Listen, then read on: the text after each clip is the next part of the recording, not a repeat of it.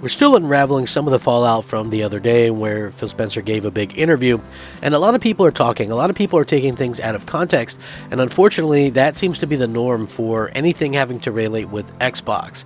And it's a little bit unfortunate to see because Microsoft has tried very hard to appease the fans over the years, especially lately.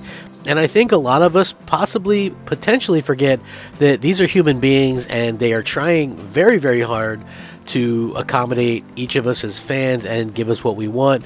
And it doesn't help that people are so snarky. I can't imagine what it's like to be Phil Spencer or somebody that works at Xbox. The amount of hate that you get, everything you post on social media, yeah, you might get some positivity from the actual Xbox fans, but have you ever taken a second to look at something that Phil Spencer posts on Twitter? You'll see a ton of Sony fanboys just say ridiculous things about PlayStation being better, this and that. And it really, I don't understand people, how they got so comfortable to do that in a forum like that, right? Like, we should be pretty thankful that Microsoft is very transparent. They talk to fans, they interact with fans, they let us know what's going on. Not all companies do that. In fact, they might be the only gaming company that goes out and does that and makes sure that fans have a say-so in what's going on. And we're seeing that evolve in ways that we never have before, like with the dashboard is getting an update. All these things, in general, we were asking for more games, more console exclusives, and they went out and bought studios. The things we're asking for are coming to fruition. I just feel like people forget what it's like to have, just some of those bad days kind of string together where everything you do just is not going to be good enough. So a lot of people are saying it sounds like Microsoft, it sounds like Phil has given up on selling Xboxes and they're going to go third party, which, to be honest with you, is quite ridiculous to think in and of itself. And it's just funny to see the way that people go about this type of information. Now, if you're new and you haven't heard what was said, I covered a little bit of part of what he was talking about, but I didn't cover this part. So, it was very interesting to see this come out in the way that people kind of talk about it. But an interesting thing that came out of the interview was that Phil saying that Xbox can't, quote, out-console Sony or Nintendo. And it's a very candid statement. It's pretty obvious when you consider that Xbox has basically hybridized itself into a cross-platform brand with PC over the last decade, with Game Pass bringing all of its day one exclusives to PC and cloud gaming that brings older Xbox exclusives to PC. The idea that Xbox can't, quote unquote, out console them has been driving its strategy for years now, and that strategy seems to have been working at least until January 2022, which is the last time Xbox revealed a number of Game Pass subscribers.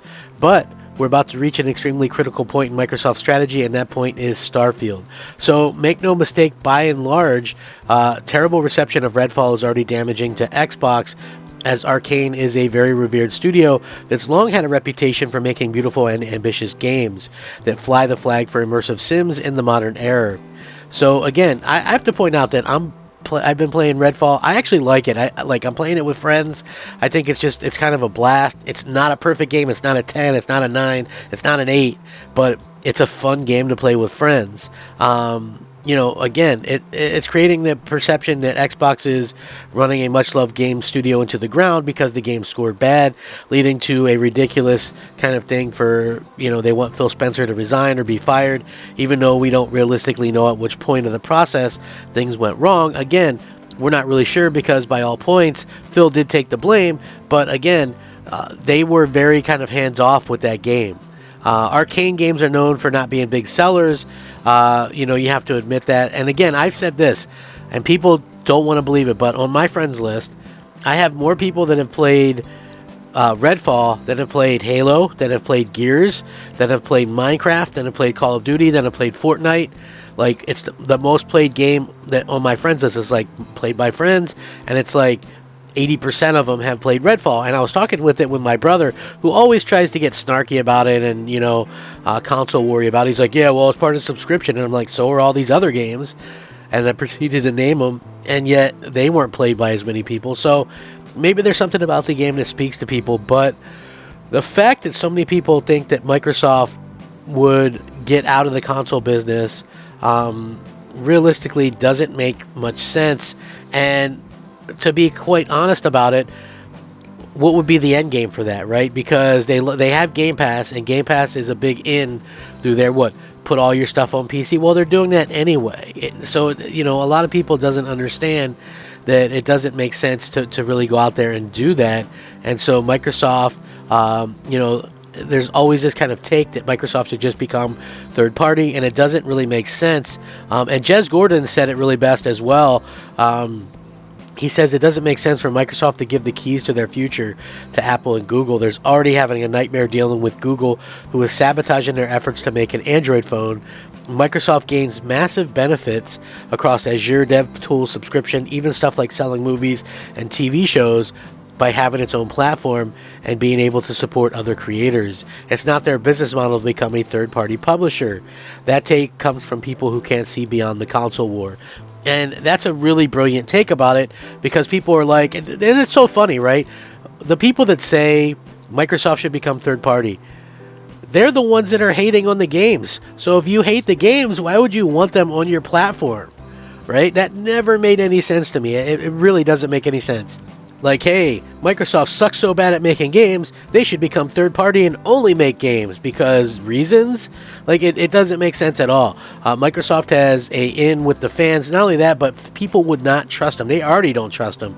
But can you imagine the level of mistrust that would be there if Microsoft gave up on the console industry? And do people really want that? Do you really want to live in a world with PlayStation only?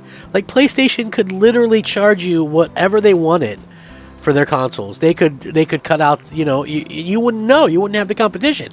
They could make a relatively weak console and you'd be forced to buy it, right? They could make a $800 console and you'd be forced to buy it, right? They could charge $100 for games and you'd be forced to pay it, because they don't have options the way that Microsoft does. So the people out there that are saying that, hey, Microsoft, they suck, they can't do this, they can't do that. Like, people are harassing the Redfall devs. I don't understand that thought process.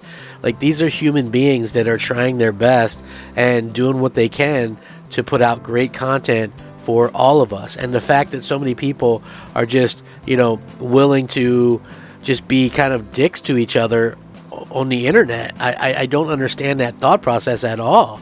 It's super unfortunate, because Microsoft has done everything for gamers. They do things that they don't even get credit for anymore, right? Like, I mean, people want to go, oh, they're so anti-consumer, they're so this, they're so that. But look at what Sony does. I'm always down for a good whataboutism, because Sony just closed down a studio, right? They closed down Pixel Opus. They did Concrete Genie, very fun game.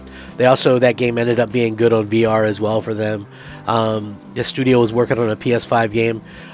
They closed them down. They closed them down in the middle of a week where everybody's hating on Xbox. So nobody's really even talking about that, right? Surprise, surprise. So at the end of the day, we see this type of thing happening time and time again, and I'm just kind of left shaking my head like, where do people come up with this stuff? Why would Microsoft ever get out of the console business, right? It's like people go, oh, well, Phil sounds like he's given up.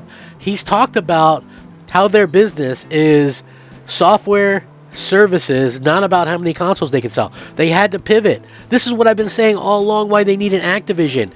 Sony forced Sega out.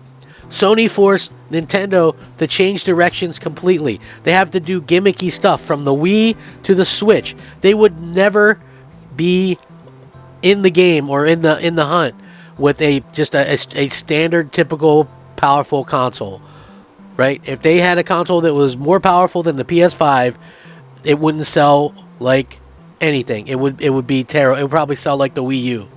Right? A traditional console will not work for them. Sony has a stranglehold on the industry, and people don't realize it. The same thing happened to Microsoft. Sony has such a stranglehold on the industry, such an in with these developers that they've known for longer. They can go, well, we sell the most consoles. Do what we say. Don't put your stuff on Xbox, or we won't let you put it on PlayStation. This is the type of stuff they can go on behind the scenes that nobody's talking about, right? They can strong arm people like that. And Microsoft is like, okay, we concede the consoles. I've talked about this numerous times for years. I've talked about this. So they pivoted. Okay, we're going to put all of our stuff on PC and cloud as well. That way our success isn't predicated on console sales alone. It doesn't mean that they're not trying to sell consoles. It doesn't mean that they're not trying to sell people into the ecosystem. But Phil Spencer was 100% right, and he wasn't wrong for saying it. It's just that people don't understand it. And another thing that I'll never get credit for, that Phil said verbatim what I said years ago, which was Microsoft lost the most important console generation, which is the Xbox One generation, because guess what? We all started accruing these huge digital libraries, and that's why people aren't going to change. I argue with people on Twitter sometimes that play Xbox through the cloud because they would rather do that and play at a poor kind of pixel rate or frame rate than actually go buy an Xbox and support Xbox. Literally. And there's people that'll play PC, and that's all Xbox to Microsoft. They don't care how you play it. But to the people that go, well, if they did make really great games, well, people would buy it. Yes, maybe some people would, but you also have these stubborn-ass people that don't care. They wouldn't go out there and do that, right? Microsoft shook up the industry, and people don't like that. I personally think they're going to be around for a long time to come in the console industry, but it's going to be interesting to hear what you guys think. Let me know what you think. Sound off, rate, comment, subscribe. Please like the video. Rack 'em up. Crap Gamer out.